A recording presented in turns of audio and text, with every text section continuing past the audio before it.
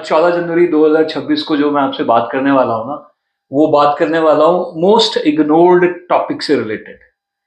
और मैं तो उसको टॉपिक भी नहीं बोलूंगा, मैं बोलूंगा कि most ignored subject of our life. हमें अगर वो पहली क्लास से 12वीं क्लास तक पढ़ाया जाए ना, एक अच्छा सा सिलेबस बना के, तो ट्रस्ट मी, हमारी जो नेक्स्ट जनरेशन है ना, वो to bloody purest of the quality की निकलने वाली है। बहुत ही बेहतरीन, बहुत ही बढ़िया, बहुत ही खूबसूरत। अभी जिस सब्जेक्ट की मैं बात कर रहा हूँ ना, उसको हमें अच्छे से पढ़ना चाहिए, क्योंकि उसका टेस्ट जो है ना, वो हर घड़ी चलता है। और वो सब्जेक्ट है हमारी अपनी जिंदगी।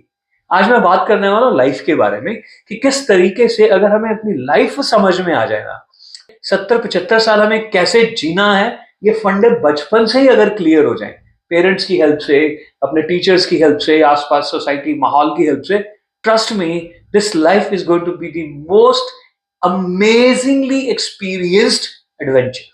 मजा आ जाएगा जिंदगी जीने का। बट बचपन से आपको मुझे तो मौका मिला नहीं, तो अब हम क्या करें? उसके लिए मैंने क्या किया है कि एक छोटा सा फॉर्मूला बनाया, तो जो आप स्टार्ट कर सकते हो, कि हम एवरेज जो है ना, तकरीबन 75 साल जिएंगे, 75 years we are going to live, right? जिसमें से in my case 60 are already gone, so I am left with 15 years, right? अब 15 साल मेरे पास ये जो बचे हैं, ये मेरे कैसे हो? मुझे समझ में आ गया बहुत सारी चीजें जिंदगी की उतार चढ़ाव देखने के बाद। Okay, this is how things happen. I have cracked the formula, I have decoded the secret code.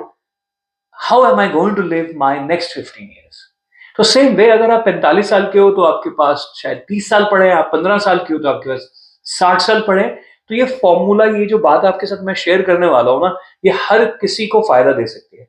You could be of any as, any stage, any environment. उसको समझने के लिए पहले एक छोटी सी बात को समझते हैं। थोड़ा सा रामायण का एक प्रसंग जो है उसको सामने लेकर आते हैं। ये प्रसंग रामायण का ना, आपने जरूर देखा होगा, सुना होगा, पढ़ा होगा। रामानंद सागर साहब की रामायण में भी देखा होगा।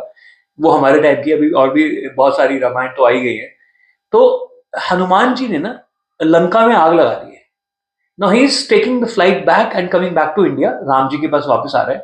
वो लैंड करते हैं और राम जी भगवान के पास रिपोर्ट करते हैं और बोलते हैं, महाराज, सीता माता का पता चल गया है, शी इज इन लंका, वो लंका में ही है।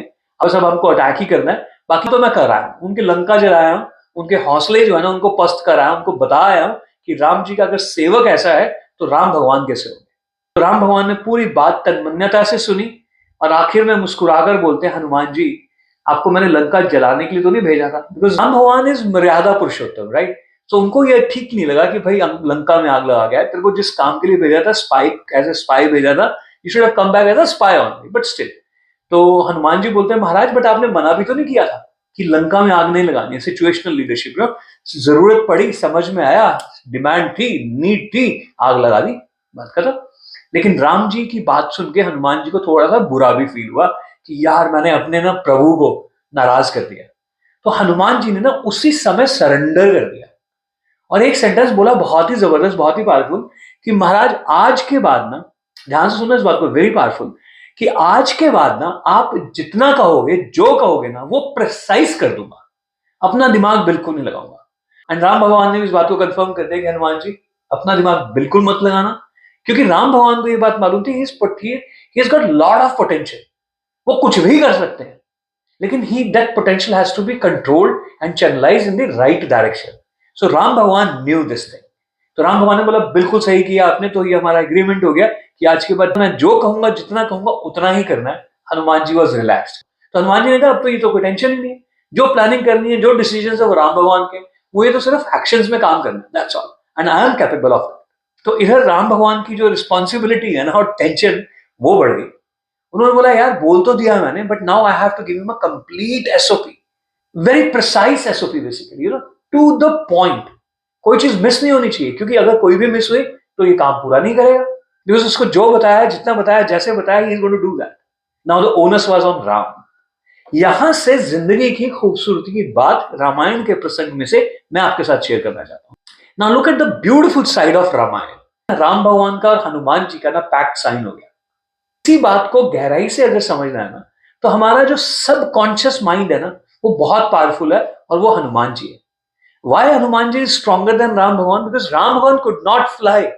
Hanuman ji could. Ram Bhagwan ji could not lift himself, Sanjeevani वाला जो पहाड़ है, Hanuman ji could.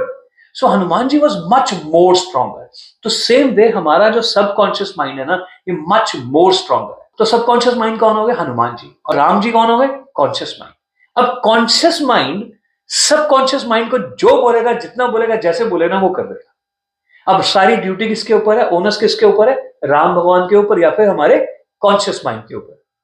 तो जिंदगी को अच्छे से समझने के लिए, जिंदगी के सब्जेक्ट को अच्छे से जानने के लिए अब हम थोड़ा सा और आगे चलते हैं कि राम भगवान कौन है या हमारा कॉन्शियस माइंड कौन है। तो सबसे पहले राम शब्द को पकड़ लेते हैं। अभी नाम की बात नहीं कर रहा हूं, मर्यादा पुरुषोत्तम राम भगवान की बात नहीं कर रहा हूं, अभी राम शब्द को पकड़ लेते हैं। रा और म।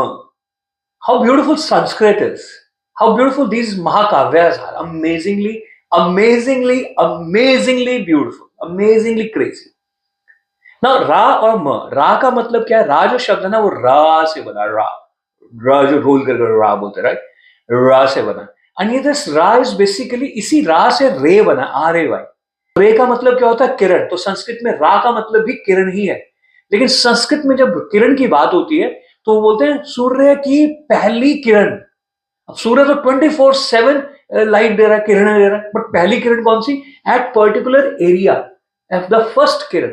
तो आप बड़े गौर से अगर समझेंगे कि सूर्य की लाइट धरती के ऊपर जो पड़ रही है, धरती घूम रही है, सूर्य स्टैटिक है, उसकी जो भी किरण पड़ रही है ना, वो हर जगह वो घूम घूम रही है, तो हर जगह वो नई किरण पड़ रही है, पहली किरण पड़ रही है। उस 24 घंटे के बाद दोबारा आएगी, लेकिन उस समय वो पहली किरण है। So that's a beauty we need to understand. तो रा म, और म का मतलब क्या है? म का मतलब है स्वयं। सो मुझ में, मेरे अंदर सूर्य की पहली किरण से तेज होना चाहिए। Now look at this beautiful thing, मेरे अंदर सूर्य की पहली किरण से अगर तेज हो जाए तो मैं भी राम हो जाऊं। तो राम शब्द से आगे बढ़कर थोड़ा राम भगवान की तरफ चलते हैं कि राम जो थे वो भगवान क्यों मानेंगे। और बीच बीच में याद रखना, ये जो मैं राम जी का एग्जाम्पल दे रहा हूँ, कॉन्शियस माइंड है हमारा, तो बीच बीच में रिलेट करेंगे। राम जो शब्द है ना, रा और मां, सूर्य की पहली किरण सा मुझ में तेज हो जाए। अब इस शब्द से थोड़ा सा आगे चलते हैं, दशरथ पुत्र राम की तरफ चलते हैं। अब इस शब्द से एक दशरथ जी हुए, उनके एक पुत्र हुए, उनका नाम राम था। अब दशरथ शब्द को समझते हैं। दशरथ का मतलब है 10, 10 चैरियट्स।